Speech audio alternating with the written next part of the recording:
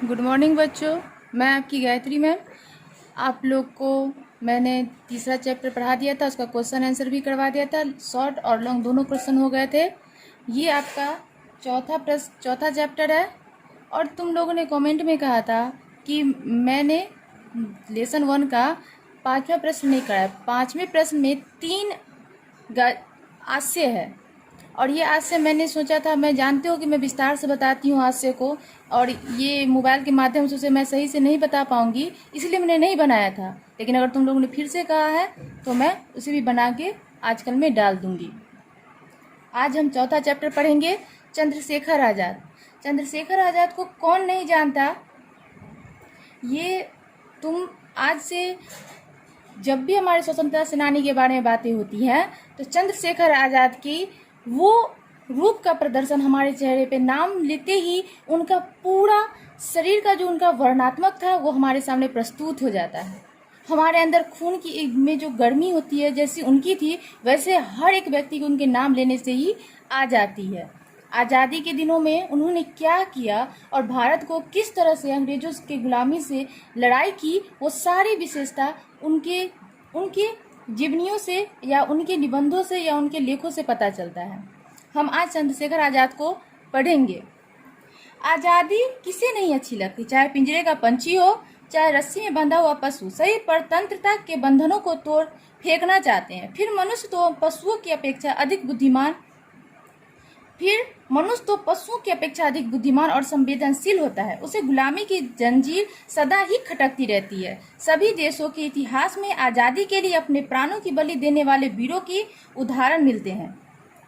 कहा गया है कि आज़ादी किसे नहीं पसंद है। अगर बांध के, अगर जिस तरह का अभी का समय था लॉकडाउन, और सरकार ने सभी लोगों को घर में रहने के लिए बाधित कर दिया, तो लोगों को कैसा लगा। उसे एहसास हुआ कि एक पंछी को भी अगर हम पिंजरे में रखते हैं और उसे सब कुछ देते हैं, तब भी उसका कैसा अनुभव होता होगा। ऐसा अनुभव हमने लॉकडाउन के माध्यम से हर मनुष्य ने जाना, और बहुत से जगहों पे, बहुत से टिकटॉक के भी माध्यम से हमने इस चीज़ को देखा और अनुभव किया।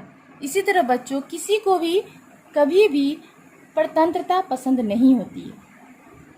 सन 1947 में पूर्ण भारत परतंत्र था और अंग्रेजों की स्वतंत्रता प्राप्त करने के प्रयत्न बराबर होते रहते थे। सन 1857 ईस्वी में एक ऐसा ही सामूहिक संघर्ष भारतीय लोगों ने किया। इसके बाद भी यह संघर्ष निरंतर चलता रहा। जनता में आज़ादी की चिंगारी सुलगने का काम प्रिय क्रांतिकारी किया करते थे। अंग्रेजों को भारत से किसी भी प्रकार निकाल बाहर करने के लिए वो कटिबद्ध थे। ऐसे क्रांतिकारियों को जब भी अंग्रेज सरकार पकड़ती थी, उन्हें फांसी या काले पानी की सजा दी जाती थी। 1947 से पहले जो भारत की दशा थी, मैंने कई बार, अगर आप लोगों को क्लास में अगर हमसे रूबरू हुए होंगे 5 के बच्चे जो अभी 6 में आ गए हैं, तो आप लोगों ने देखा होगा कि मैंने आप लोगों को आज़ादी के विषय में, या जो भी शिक्षक आप लोगों को पढ़ाया होगा हिंदी, उन लोगों ने आपको जरूर आज़ादी की लड़ाई कैसी हुई या आज़ादी या गुलामी की क्या बातें थी, वो आपको स्पष्ट रूप से समझाया होगा।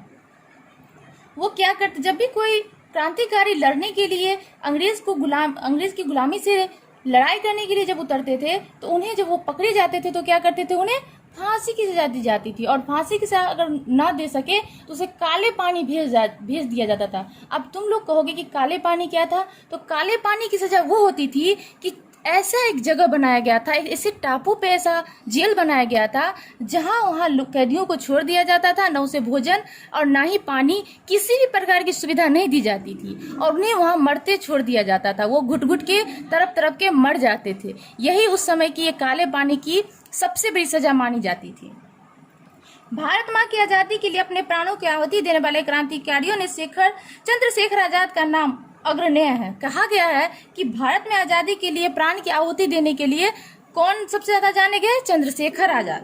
चंद्रशेखर आजाद का जन्म मध्य प्रदेश के झाबुआ जिले के एक ग्राम में हुआ था। साधारण परिवार में हुआ था, जिनके पिता का नाम पंडित सीताराम और माता श्रीमती जगरानी देवी का था। क्या नाम था उनके पिता का? वो पंडित सीताराम और माता श्रीमती जगरानी देवी का पुत्र था। एक सिंपल परिवार में जन्मे। जब भी लोग अभावग्रस्त में जीवन जीते हैं तभी उन्हें आज़ादी की, हर चीज की कीमत का एहसास होता है। आज शायद इसी तरह चंद्रशेखर आजाद को भी अपने कमियों की वजह से, जिस तरह से उन्होंने उस गुलाम भारत में जन्म लिया था, उनकी जो व्यवस्था थी, उनके अंदर जो देशभक्ति थी, कूट कूट के भरी थी, जिसके कारण उन्होंने अंग्रेजों से लोहा लेने के लिए तैयार हो गए थे। बचपन से वो बहुत साहसी थे। वो जिस काम को करना चाहते थे उसे करके ही दम लेते थे। एक बार वो लाल रोशनी देने वाली स्याही दिया सलाई से खेल रहे थे। उन्होंने साथियों से कहा कि एक सलाई से जब इतनी रोशनी होती है सब सलाइयों को एक साथ जलाया जाए तो न मालूम कितनी रोशनी होगी। सब साथी इस प्रस्ताव से खुश हुए, पर किसी की हिम्मत न पड़ी कि इतनी सारी सलाइयों को एक साथ जलाए, क्योंकि रोशनी के साथ सलाई की तेज आंच भी होती है। एक सलाई की आंच झेलना तो कोई बात नहीं थी, पर सब सलाइयों की आंच को एक साथ झेलने का खतरा कौन मोल लेता। इस पर चंद्रशेखर सामने आ उन्होंने कहा कि एक साथ सब सलाइयों को जलाऊंगा। उन्होंने ऐसा ही किया। तमाशा तो खूब हुआ, उनका हाथ भी जल गया। उन्होंने उफ तक नहीं की। जब लड़कों ने उनके हाथ को देखा तो मालूम हुआ उनका हाथ बहुत जल गया है। सब लड़के उपचार के लिए दौड़ पड़े, पर चंद्रशेखर के चेहरे पर पीड़ा का कोई प्रभाव न था। वो खड़े खड़े मुस्कुरा रहे थे। कहा कि जब उन्होंने एक दिया सलाई, जब हम एक माचिस की तिल्ली जलाते हैं तो उसकी जितनी रोशनी होती है, तो इन्होंने ये सोचा कि जब एक माचिस की तिल्ली जलने से इतनी रोशनी, अगर सारे माचिस की तिल्ली को एक साथ जलाया जाए तो क्या होगा। बहुत सा रोशनी के प्रज्वलित, यानी यहाँ पे उनके मन में क्रांतिकारी की भावना आ गई थी। उनके मन में क्रांतिकारी की भावना आ गई थी। उसी समय उनके रगों में बैठ गया था। इसी से अनुभव होता है हमें कि वो दिमाग से लगा लिए थे कि हमें अब इसी रोशनी में इसी तरह एकता होके यहाँ एकता को प्रस्तुत किया था। चंद्रशेखर के मन में आजादी के प्रति एकता आ गई थी कि अगर एक होके अगर सभी आजादी के लिए लड़े तो क्या होगा, हम जीत सकते हैं। प्रभाव में चंद्रशेखर संस्कृत पढ़ने के लिए काशी भेजी गया। प्रारंभ में चंद्रशेखर वो पंडित परिवार के थे और पंडितों के परिवार के लोगों को उस समय सबसे बड़ी विशेषता था संस्कृत सीखना। उनके घरों में संस्कृत का सबसे ज्यादा महत्व हुआ करता था। उन भाषा का जो उनके पुश्तैनी होती थी, उनके लिए ही लोग पहले कहा करते थे कि ब्राह्मण जो है वो संस्कृत का सुपठन करते थे। इसीलिए उन्हें उनके पिताजी ने कहा भेज दिया काशी। पर उनका मन वहां न लगा। वो भागकर अपने बाबा के घर अलीपुर स्टेट पहुंच गए। वहां पर उन्होंने भीलों से मिलने का मौका मिला, जिससे खूब घनिष्ठता हो गई। भीलो यानी एक प्रजाति है बच्चों, जो भील एक प्रजाति कही जाती है जो अपने सारे कामों को, अपने सारे दायित्व को खुद निभाते हैं। वो इतने कर्मठ और इतने मजबूत होते हैं कि वो बड़े से बड़े चट्टान को भी तोड़ने की ताकत रखते हैं।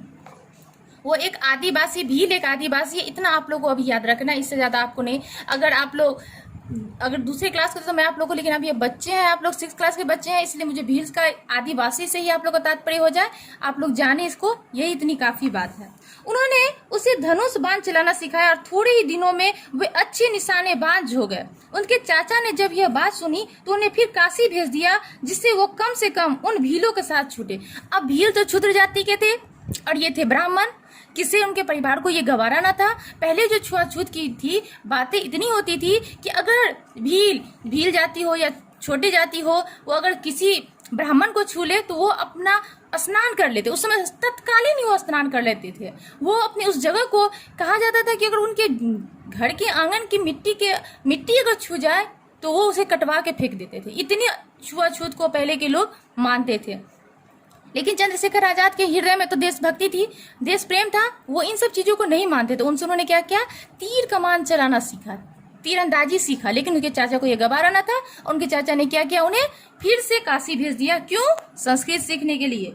इस बार वे काशी में टिक गए। काशी के धार्मिक लोग और संस्कृत के छात्रों के लिए आवास तथा भोजन के मुफ्त व्यवस्था थी।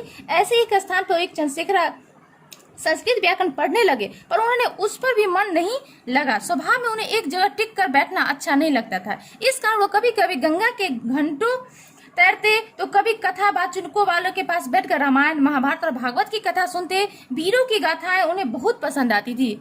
जो आदमी क्रांतिकारी होंगे बच्चे, उन्हें हमेशा वीरों की गाथा पसंद आएगी।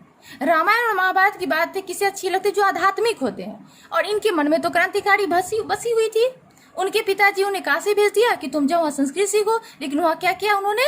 वहाँ वो घंटों व्याकरण में भी उन्हें मन नहीं लगता था। वो क्या करते थे? व्याकरण पढ़ने में, संस्कृत व्याकरण में उन्हें जरा सा भी रुचि नहीं होती थी। वो करते थे क्या? गंगा जी में तैरते थे।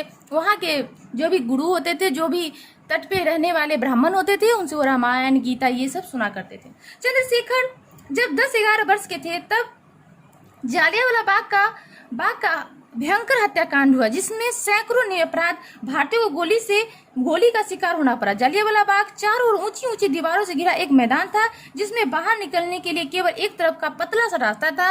वह रास्ता बहुत ही सांकड़ा था। एक दिन जालियांवाला बाग की सभा हो रही थी, उसमें ब्रिटिश सरकार के विरुद्ध भाषण हो रहे थे। सभा चल रही थी कि सेना की एक टुकड़ी के साथ अंग्रेज जनरल डायर वहां आया और उसके बिना कुछ कहे सुने निहत्ती भीड़ पर गोलियां चलवाना शुरू कर दी। कई हजारों आदमी मारे गए, कई हजारों घायल हो गए। सारे भारत में क्रोध की लहर दौड़ गई। भारत आजाद ने भी इस दर्दनाक घटना का वर्णन सुना। यद्यपि उनकी उम्र छोटी थी, तो वो भारतीय राजनीति में उनकी रुचि जग गई और वो अंग्रेजों के विरुद्ध कुछ कर दिखाने के उपाय सोचने लगे। जालियांवाला बाग का हत्याकांड हमने फिल्मों में भी देखा है, बार बार अपनी हिस्ट्री में पढ़ा है, और आगे की क्लास जब आप 7, 8, 9, 10 में भी जाओगे तो इनका विस्तार से सुनोगे, विस्तार से इसके बारे में भी आप लोग जानोगे।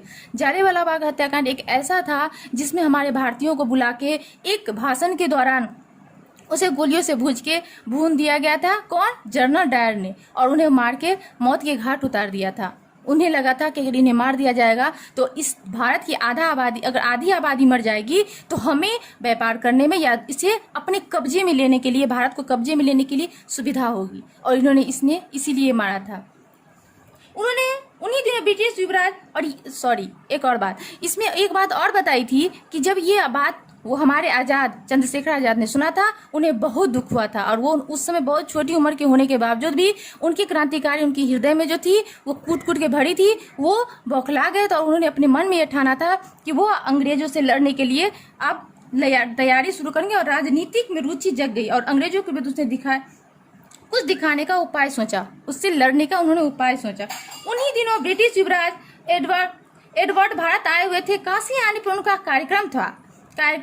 उन अंग्रेजों ने तय किया कि उन्हें बहिष्कार किया जाए। इस संबंध में जब गांधी जी ने आंदोलन चलाया तो आजाद भी इसमें कूद पड़े। यद्यपि वो अभी बालक ही थे, फिर भी पुलिस ने उन्हें गिरफ्तार कर लिया। उन्हें कचहरी मजिस्ट्रेट से पूछा, तुम्हारा नाम क्या है? अब देखिए, जब ब्रिटिश युवराज एडवर्ड भारत आए थे, जब वो भारत आए तो काशी आने भी उनका कार्यक्रम हो। काशी हम लोग के जन्म स्थल, हम लोग का एक धार्मिक स्थल माना जाता है। हर विदेशी जब आते हैं तो एक बार न एक बार काशी हमारी घूमने के लिए अवश्य आते हैं, क्योंकि हमारी गंगा की वहाँ पवित्र नदी में स्नान करना या वहाँ के धार्मिक स्थानों में घूमना, काशी विश्वनाथ के दर्शन करना उन्हें बहुत अच्छा लगता है। उस समय अंग्रेजों ने तय किया कि उन्हें बहिष्कार किया जाए, और उन्होंने बहिष्कार किया। अंग्रेजों ने तय किया कि उनकी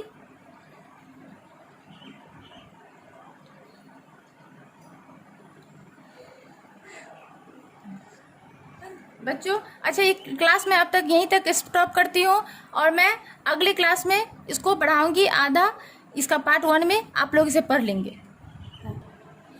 आप लोग को मैंने आधा चैप्टर इसका पढ़ा दिया है, और आधा मैं इसका अगले वीडियो में आप लोग को पार्ट 2 में बता दूंगी। इसे आप लोग तब तक समझ के और पढ़ के रहिएगा। दूसरे दिन मैं इसके विषय में आगे जो बची हुई है शेष चंद्रशेखर आजाद की, वो मैं आप लोग को बता दूंगी। ठीक है बच्चों, अपना ध्यान रखिएगा। मैं रोज की तरह हर वीडियो की तरह यही कहूँगी कि अपने मम्मी पापा की बातों को ध्यान से सुनना। तुम लोग बातों को ध्यान से नहीं सुनते रहते हो अपने मम्मी पापा की, इसलिए मम्मी पापा की बातों को सुनना, क्योंकि तुम जानते हो कि मुझे अनडिसिप्लिन बच्चे पसंद नहीं है। अगर तुम ध्यान से इसे पढ़ोगे और सही से समझोगे तो फिर तुम लोग को आगे भी पढ़ा दूंगी सही से समझा के। अपना ध्यान रखना, घर में रहना, ठीक है, और बाय।